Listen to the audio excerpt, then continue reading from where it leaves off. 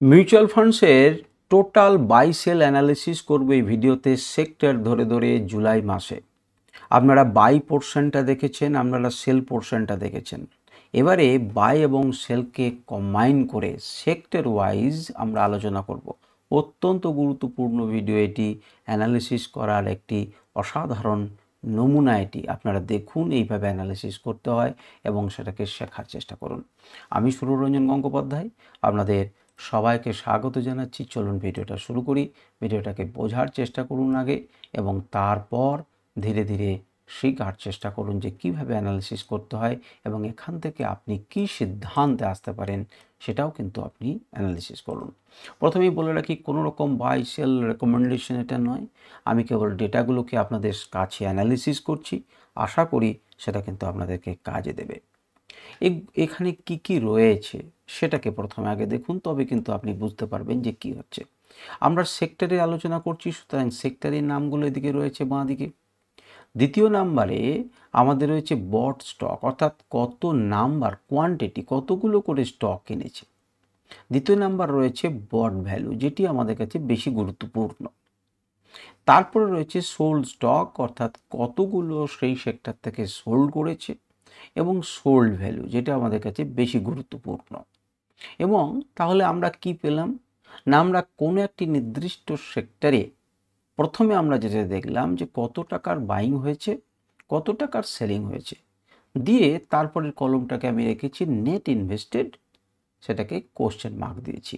অর্থাৎ নেট করে যত বিক্রি করে, যত কিনলো আর যত বিক্রি করলো, সেটাকে net invested. If yes then yes. দ্বিতীয় নাম্বারে আর নো হলে নো। তাহলে নেট ইনভেস্টমেন্ট ভ্যালু কতটা, নেট ইনভেস্টমেন্ট ভ্যালুটা বার করলো এবং টোটাল যে ইনভেস্টমেন্ট করেছে তার পার্সেন্টেজ সাপেক্ষে। এখন টোটাল ইনভেস্টমেন্ট কত করেছে না, দেখুন আপনারা যখন দেখেছেন বাইং করেছে 1,05,000 টাকার, 5,000 কোটি টাকার, আর সেখানে সেলিং করেছে মোটামুটি 37-40 হাজার টাকার কাছে, কিছু ডেটাটা মনে নেই।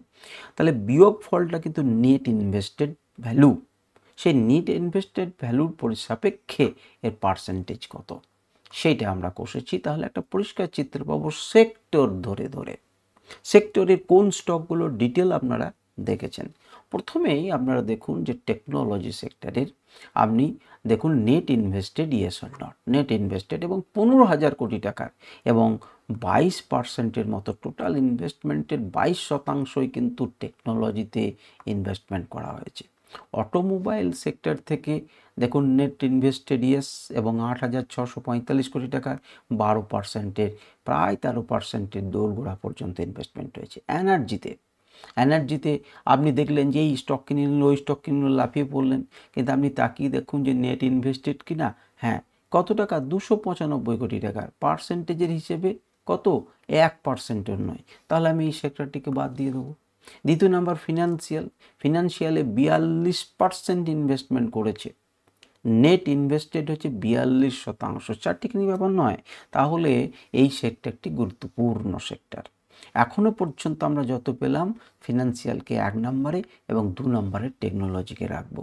দ্বিতীয় নম্বরে দেখুন হেলথ কেয়ার দেখুন 6%-এর কাছাকাছি, ক্যাপিটাল গুডস 6%-এর কাছাকাছি, ইনফ্রাস্ট্রাকচার 1.57। তাহলে ইনফ্রাস্ট্রাকচারে খুব বেশি এখন মতামত নেই। জুলাই মাসে ছিল না, এখন আগস্ট মাসে তারা কিনছেন কিনা আমরা জানি না। দ্বিতীয় নাম্বার হচ্ছে কনস্ট্রাকশনে দেখুন প্রায় 3%-এর কাছাকাছি। রিটেলার এবং আদার সার্ভিস, সেখানে দেখুন 3.5%-এর কাছাকাছি। কনজিউমার ডিউরেবলসে কি না, কনজিউমার ডিউরেবলসে হয়েছে 3%-এর কাছাকাছি। আচ্ছা, এরপর আমরা আরেকটু বাড়িয়ে দিই, এফএমসিজিও দেখুন 4%-এর কাছাকাছি এফএমসিজি। এরপর হচ্ছে আপনার কেমিক্যালস। তো কেমিক্যালসে একবার দেখি, কেমিক্যালসের এত নাম, কেমিক্যালসে নো, প্রথম কেমিক্যালসে নো পেলেন, নেট ইনভেস্টেড কিন্তু কেমিক্যালস কোম্পানিতে নয়। আমি আগের কোনো একটা ভিডিওতে বলেছি আপনাদেরকে যে সারগুলো থেকে সব বিয়োগ চলে গেছে, নেট কিন্তু 174 কোটি টাকা এখান থেকে বের করে নিয়েছে এবং মাইনাসে রান করছে, সুতরাং কেমিক্যাল সেক্টরটি নো। দ্বিতীয় নাম্বার মিডিয়া এবং কমিউনিকেশন নো, 628 কোটি টাকা নেটে বার করে নিয়েছেন। মেটালসে নো, প্রায় 1,000 কোটি টাকা মেটালস থেকে বেরিয়ে গেছে। মিসলেনিয়াস ইয়েস, 1-1.5%-এর কাছাকাছি। ট্রাভেল সম্পূর্ণরূপে নো, বের করে নিয়েছে 2047 কোটি টাকা, কাউকে কিনেছে কাউকে বিক্রি করছে, নেট কিন্তু সাপেক্ষে কিন্তু নেই। অর্থাৎ লক্ষ্য কোন সেক্টরটা, আমি দেখলাম যে সেক্টরে ট্রাভেল সেক্টরে কাউকে না কাউকে কিনেছে, কিন্তু আমরা সেটা বক্তব্য নয়। আমাদের বক্তব্য হচ্ছে যে সেক্টরটাকে চূড়ান্তভাবে তারা সফল মনে করছে সেখানে তো বেশি টাকা লাগিয়েছে। পার্টিকুলার স্টকটা তো খুঁজে আমরা পাবো যে কোন স্টকটাতে ইনভেস্ট করেছে, কিন্তু আমরা এখানে বিচার করবো সব থেকে বেশি কোনটা তাদের মনে হচ্ছে। লজিস্টিকে 220 টাকা কিন্তু তাকে 220 কোটি টাকা তারা কিন্তু লাগিয়েছে, যদিও 1%-এর মতো নয়। আর টেক্সটাইল ডাইভার্সারি ফিল্ডে কোনো গুরুত্ব নেই, সেগুলো থেকে কিচ্ছু নেই। টোটাল বাই করেছে দেখুন 1,05,176 কোটি টাকা, টোটাল সেল করেছে প্রায় 37,000 কোটি টাকার। তাহলে নেট ইনভেস্টেড কি? ইয়েস, এবং তার পরিমাণ হচ্ছে 68 কোটি টাকা, 68,000 কোটি টাকা। তো এই 68,000 কোটি টাকার মধ্যে সব থেকে বেশি সিংহভাগ 42%ই তো ফিনান্সিয়াল, দ্বিতীয় নাম্বার 22% টেকনোলজি, এবং তারপরে 6% ইত্যাদি এরা, এবং 12% হচ্ছে অটোমোবাইলস। আবার কোন সেক্টরকে চাই? এই তিনটে সেক্টর দারুণভাবে গুরুত্বপূর্ণ, যে সেক্টরগুলোতে তারা মনে করেছে যে ভালো সেক্টর, বেশি করে টাকা লাগিয়েছে, এবং সেগুলোতে নেট ইনভেস্টেডও, এবং তাতে পার্সেন্টেজও প্রচুর বেশি।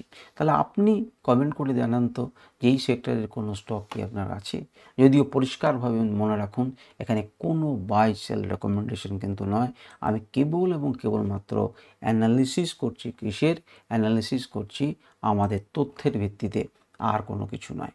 তথ্যের ভিত্তিতে আমরা অ্যানালিসিস করছি এই জিনিস, এবং এই জিনিসটাকে যদি একটু মন দিয়ে আপনারা দেখেন তাহলে খুব স্পষ্টভাবে বুঝে উঠতে পারবেন যে কোন সেক্টরগুলোতে মিউচুয়াল ফান্ডসের ঝোঁক বেশি আছে কোন সেক্টরগুলোতে, তাহলে পরে আপনার আইডিয়া নিতে বেশি হবে। যেমন একদম ক্লিয়ার কাট, ফিনান্সিয়াল কোম্পানিতে 28,000 ইনভেস্টমেন্ট করেছে নেটে, এবং 15,000 কোটি টাকার ইনভেস্টমেন্ট করেছে টেকনোলজিতে। Huge investment. এই দুটো সেক্টরই দেখুন 60%-এর বেশি হয়েছে। সুতরাং আপনাদেরকে বলতে হবে না যে এই সেক্টরটাতে তারা বেশি ইনভেস্টমেন্ট করেছে। এবারে কি করবেন?